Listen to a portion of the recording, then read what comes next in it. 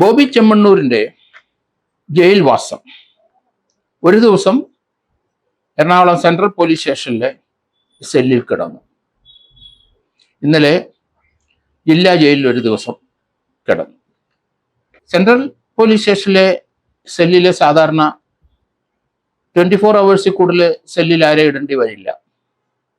അതുകൊണ്ട് സെല്ലിനകത്ത് പോലീസ് സ്റ്റേഷനിലെ തലേണയോ കട്ടിലോ ഒന്നും ഉണ്ടാവില്ല.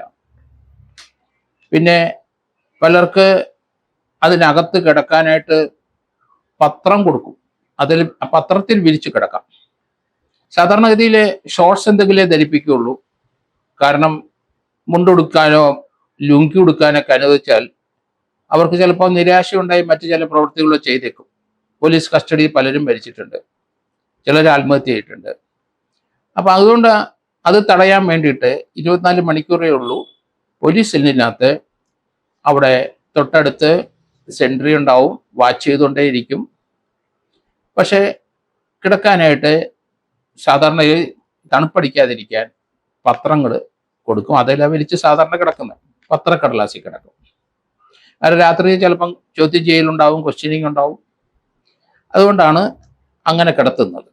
അത് ഇന്നലെ കോടതിയിൽ ഹാജരാക്കുന്നതിന് മുമ്പ് വെളുപ്പാൻ കാലത്ത് 5:15 ഒരു മെഡിക്കൽ പരിശോധന നടത്തി 11:15 കോടതിയിൽ ഹാജരാക്കി.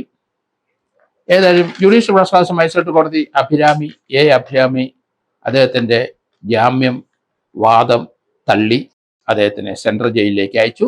14 ദിവസത്തെ റിമാൻഡ് ആപ്ലിക്കേഷൻ സഹിതം ആണ് പോലീസ് ഹാജരാക്കിയത്. അതുകൊണ്ട് 14 ദിവസത്തേക്ക് റിമാൻഡ് ചെയ്തു, ജുഡീഷ്യൽ കസ്റ്റഡി പോയി. ഇന്നലെ സെൻട്രൽ ജയിലിലായിരുന്നു അദ്ദേഹം കിടന്നത്. അവിടെ എ ബ്ലോക്കിലെ 10 പേർക്ക് കിടക്കാവുന്ന ഒരു സെല്ലാണ്. അതിനകത്ത് 5 പേര് ഓൾറെഡി ഉണ്ട്. ബോബി ചെമ്മണ്ണൂർ ചെന്നപ്പം അവിടെ 6 പേരായി. അദ്ദേഹം ആഹാരം കഴിച്ചില്ല. പോലീസ് അന്വേഷണവും കോടതിയിൽ പോക്കും ആശുപത്രി പരിശോധനയൊക്കെ ആയിട്ട് ആഹാരം കഴിച്ചില്ല. സാധാരണഗതിയിൽ 5 മണി കഴിയുമ്പം തന്നെ ജില്ലാ ജയിലിലും അല്ല സെൻട്രൽ ജയിലിലുള്ളവർക്കൊക്കെ ആഹാരം കൊടുക്കും. 6 മണിക്ക് അവരെ സെല്ലിനകത്ത് അവരെ പൂട്ടും. അതാണ് അവിടുത്തെ നടപടി. ഇവിടെ ബോബി ചെമ്മണ്ണൂരിനെ ആ സെല്ലിൽ ഹാജരാക്കിയപ്പം 7:30 മണിയായി. അദ്ദേഹം ആഹാരമൊന്നും കഴിച്ചിട്ടില്ല. പിന്നെ ചപ്പാത്തിയും വെജിറ്റബിൾ കറിയും അവർ കൊടുത്തു.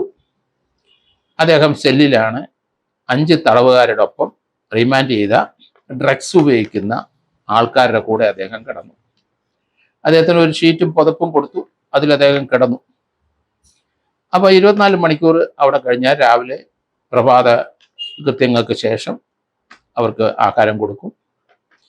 ഇന്ന് അദ്ദേഹത്തിൻ്റെ രാമൻപിള്ള അസോസിയേറ്റ്സും ജോപോളും വേറൊരു 3 വക്കീലന്മാർ ഇന്ന് അദ്ദേഹത്തിനെ പ്രിൻസിപ്പൽ ജില്ലാ ജഡ്ജിയിലെ ജാമ്യത്തിന് മൂവ് ചെയ്യും. ഹൈക്കോടതിയിലോട്ട് ഇന്ന് പോയാൽ തന്നെ ഹൈക്കോടതി ഇന്ന് ഫയൽ ചെയ്യാനേ കഴിയുള്ളൂ. അതുകൊണ്ട് അവർ ഈ ലോവർ കോടതി ജുഡീഷ്യൽ ഫസ്റ്റ് ക്ലാസ് മജിസ്ട്രേറ്റ് കോടതി റിമാൻഡിലേക്ക് അയച്ച പ്രതിക്ക് വേണ്ടി ജാമ്യത്തിനായി ഇന്ന് പ്രിൻസിപ്പൽ ജില്ലാ ജഡ്ജിയുടെ മുമ്പിൽ അപേക്ഷ കൊടുക്കുമെന്നാണ് ഞാൻ കരുതുന്നത്. കൊടുത്തിരിക്കാം. ഇന്ന് തന്നെ അത് പരിഗണിക്കും. ചിലപ്പം ഇന്ന് തന്നെ അത് റിജക്റ്റ് ചെയ്യാനുള്ള സാധ്യതയും കൂടുതലാണ്.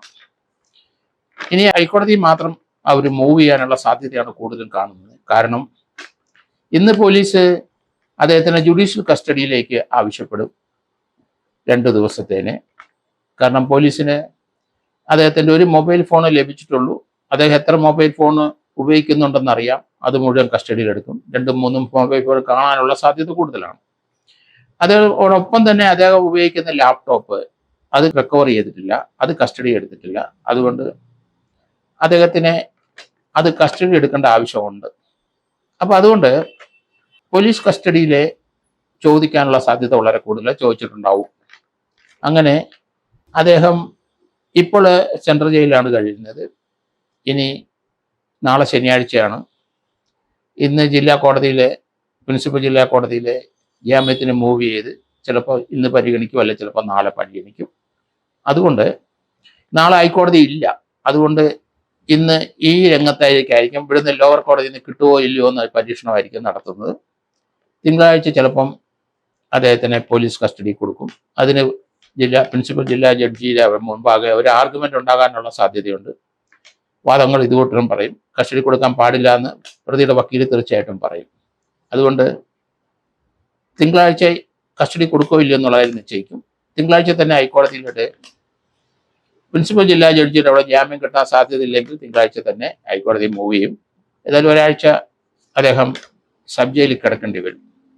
അദ്ദേഹത്തിന് ഇങ്ങനെ കിടന്നിട്ടുണ്ടാവില്ല. കാരണം ഒരു ഷീറ്റിൽ തറയിൽ വിരിച്ച് കിടക്കും.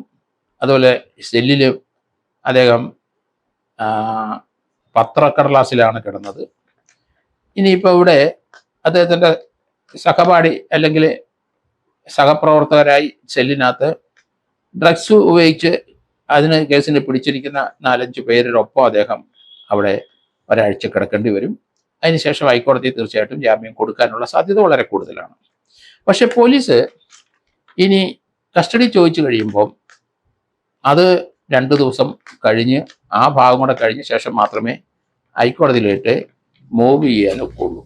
ഏതായാലും ഒരു ദിവസം അദ്ദേഹം പോലീസ് സ്റ്റേഷനിലെ സെല്ലിലും മറ്റൊരു ദിവസം കാക്കനാട് ജില്ലാ ജയിലിലും കിടന്നു കഴിഞ്ഞിരിക്കുന്നു.